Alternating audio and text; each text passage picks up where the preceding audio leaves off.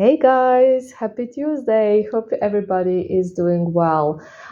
Today, I just wanted to talk a bit about full moons, the signs that full moons are going to be in till the rest of the year, and why that may or may not be relevant to you. I also want to start by saying that the Day of the Dead is approaching, which basically means the veil is thin, the veil is thinning, that this is a great period to do magic, to do spell work, to honor your ancestors, to communicate with your spirit guides, with your loved ones that have passed. So use this period and don't forget to visit your loved ones if you can at their places of rest. Bring them flowers, bring them candles.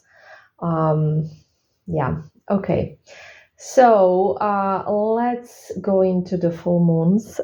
So in October, we are still in October. We had an Aries full moon, as you guys probably know, and I really want to apologize that I always forget to make these audios before the full moon, so you kind of can just know which signs they're in and everything. So we had an Aries full moon. Now, for those of you who are following Vedic astrology, this was a Pisces full moon, not an Aries full moon, because clearly it's gonna be a little bit different. So I will always try to say both signs, just because I know some people prefer Vedic astrology, whether it's because of their culture or it simply resonates better with them. It depends. For me, I personally use the Western tropical astrology because it just resonates better with me.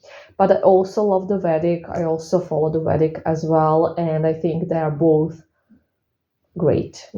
They're both great. There is not one that is necessarily better than the other. And I think honestly that everybody should kind of research both of them and kind of get information from both, because they do kind of come together as everything does. It's all connected.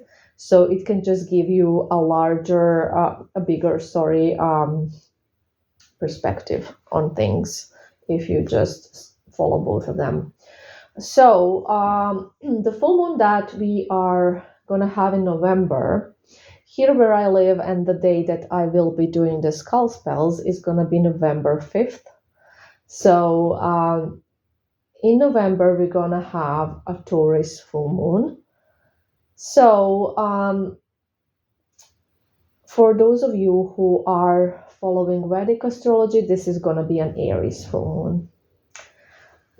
And I want to say that it doesn't really matter which sign the full moon is in, because it's still a full moon and it still makes your spells really, really powerful.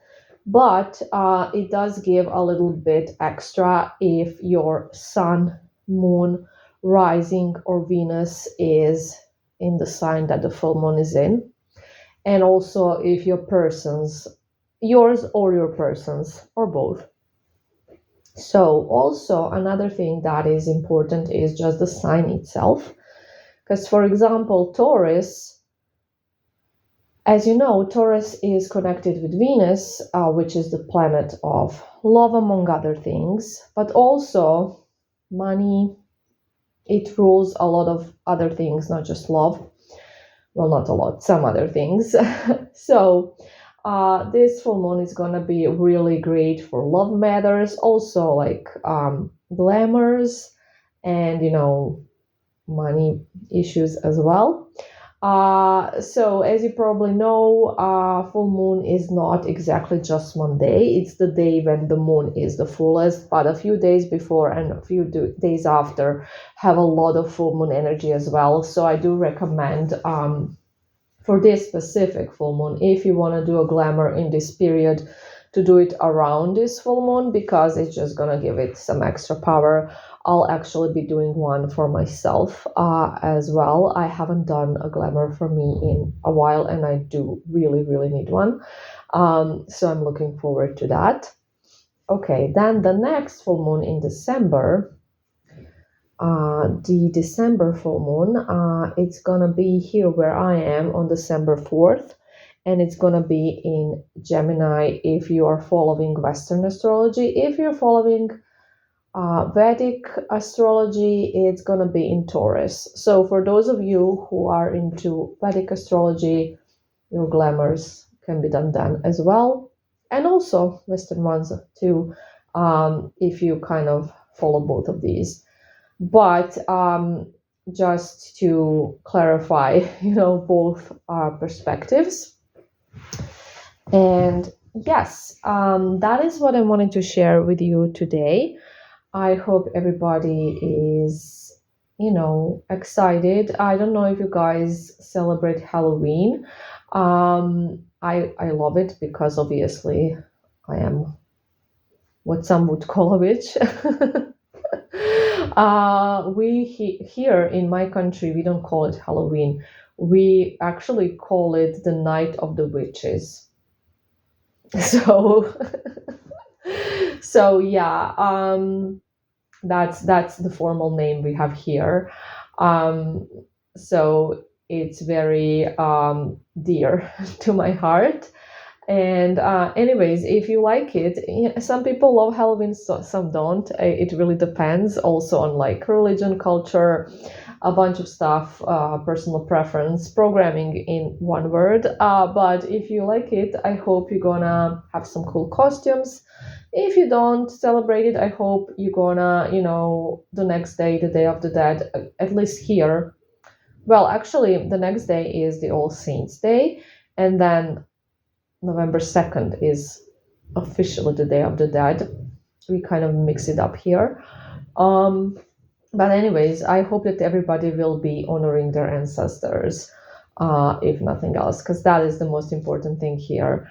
But we should always have some fun as well, because life is for enjoyment as well. Not just learning and growing, also to enjoy and have fun. So don't forget to do that, not necessarily on Halloween if it's not something you prefer, but like in general. Don't forget to have fun, don't forget to laugh, don't forget to, just don't forget that you're still that child you used to be, that kid is still inside of you, and that it just wants to play. Anyways, I love you very much, guys. I hope you're having a great week, and I'll talk to you soon. Bye.